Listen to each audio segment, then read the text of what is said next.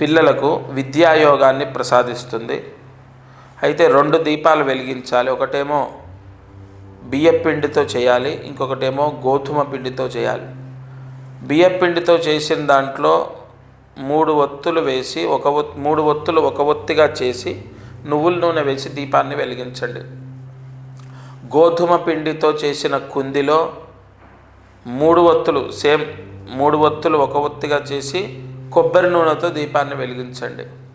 మీ పూజా మందిరంలో మధ్యలో ఒక రాగి ప్లేట్లో ఆ 2 దీపాలు పెట్టి, ఒకటి నువ్వుల నూనె కుడివైపు, ఎడంవైపు కొబ్బరి నూనె, కుడివైపు బియ్యపిండితో చేసిన కుంది, ఎడంవైపు గోధుమ పిండితో చేసిన కుంది.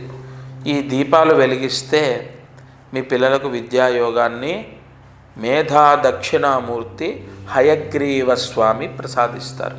తప్పకుండా సూర్యాస్తమయంలోపు మీ పిల్లల గురించి తల్లి కానీ తండ్రి కానీ చేసినట్లయితే మీ పిల్లలు రక్షింపబడతారు. వాళ్ళ గురించి ఏ తల్లి చేసినా ఏ తండ్రి చేసినా వాళ్ళు బాగా చదువుకుంటారు.